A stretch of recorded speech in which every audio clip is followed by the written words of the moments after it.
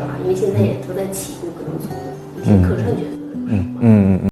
Hello， 新浪娛樂的朋友們，大家好，我是演員張彬彬，在《三分野》中飾演許願石。爆 P 哥6網傳陣容曝光，最少僅22歲，7人年齡不達標引熱議。網傳披荊斬棘6 8月14日開錄，名單流出引發巨大討論。04年邵子恒年僅22歲，將和父親邵兵組成節目史上首對父子檔參賽。除他之外，唐九洲、姚森、米卡等6位藝人年齡均未達節目傳統30加標準。7位年輕選手同台打破固有設定，陣容覆蓋選秀愛豆、短劇頭部演員、樂隊主唱，看點拉滿。不少網友質疑低齡選手維護，也有人覺得混齡競技更有新鮮感。父子同台更是獨家話題點，你期待這季陣容嗎？從傳出的消息上看，披荊斬棘6將於8月14日錄製初舞台，也就是說錄製陣容已經確定。網上也傳出可信度非常高的陣容名單，但讓大家沒想到的是，最年輕的哥哥才22歲，共有7位不符合年齡邀請，這是怎麼回事呢？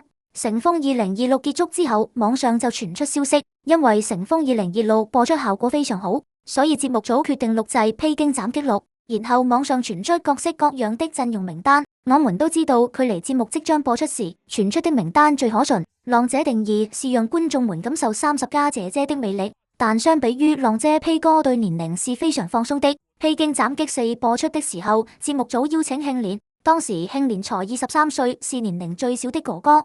可讓大家沒想到的是，本季又請來一位更年輕的哥哥，這位年輕的哥哥是邵子恒。他是邵子恒，是2004年出生的，也就是說剛滿22歲。看到這樣的年齡來參與錄製，很多人都忍不住問：為什麼啊？大部分網友認識邵子恒是因為全球男團選秀節目《星光閃耀的少年》，在這檔綜藝上，邵子恒以第1名 C 位出道，當時還登上過熱搜，但節目結束之後，邵子恒的熱度快速下降。我們都知道，在內娛熱度是非常重要的，想要獲得資源和商務就必須要有流量。而披荊斬棘是芒果的王牌綜藝，在正常情況下，邵子恒想要錄製，絕對會引起非常大的爭議，因為他年齡太小了。可節目組卻給大家帶來另一個驚喜，邵子恒和父親邵兵一起參與錄製，也就是說父子檔。不得不說，這個噱頭確實會吸引很多網友。最關鍵的是，他們已經開始預熱了。前一段時間，邵子恒和邵兵登上熱搜，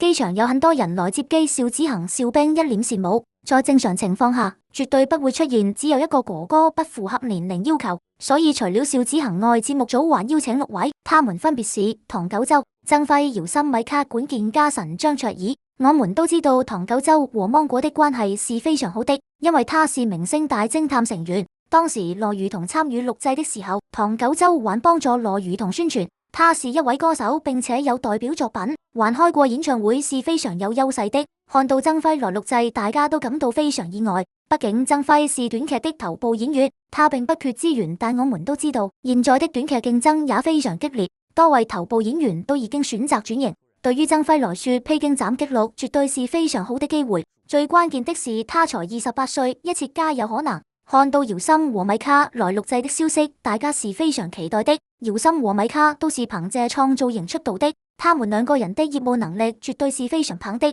在直播的賽制中，姚森和米卡也會更有優勢。如果不出意外，姚森會表現得很亮眼。管健嘉臣是銀河快遞的主唱，是一位樂隊歌手，而顏安被貼上抽象的標籤。他來錄製披荊斬棘6絕對是如魚得水。現在他缺少一個讓自己被看到的機會，因為他的情商和智商都線上。讓大家沒想到的是，張卓爾會來錄製，他是聲名遠揚2025的亞軍。這檔綜藝節目是芒果的，但播出的時候熱度和關注度並不高。男女混戰的選秀綜藝最後變成男子選手綜藝。看到張卓爾來錄製，我們就可以知道，芒果應該是想讓他憑借披荊斬棘6獲得關注度。畢竟只要給鏡頭是非常容易圈粉的。各位讀者，你們如何看節目組又邀請年齡較小的哥哥來錄製呢？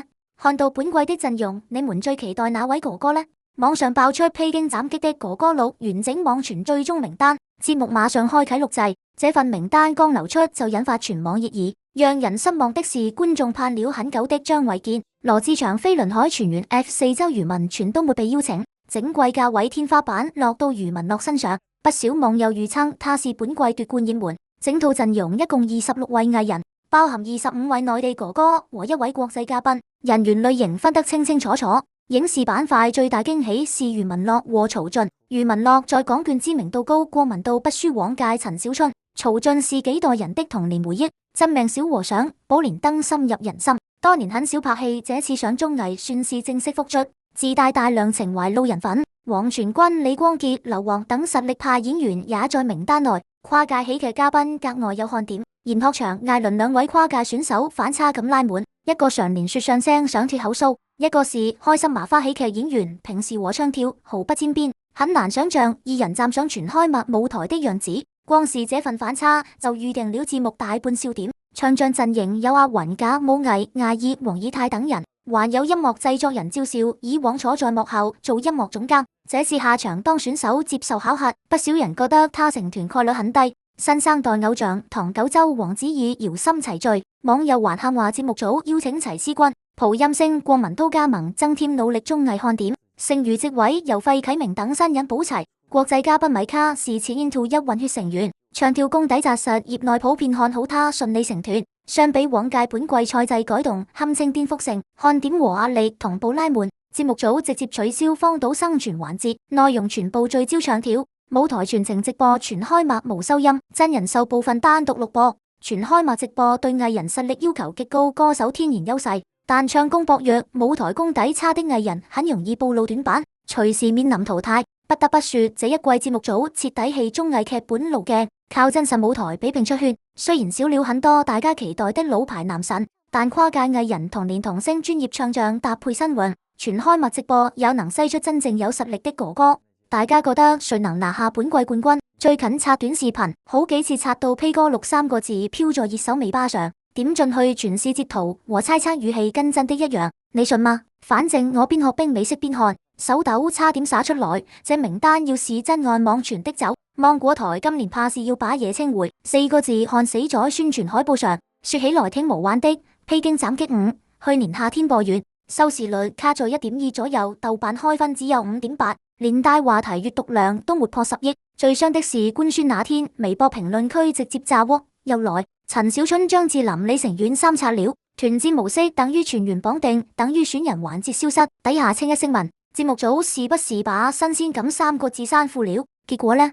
成風2026悄摸改了規則，每輪公演強制拆隊，連溫崢榮和蕭祥這種鐵壁組合都被逼分開2次。觀眾一邊罵編劇太狠，一邊追住看誰搶誰，誰躲誰。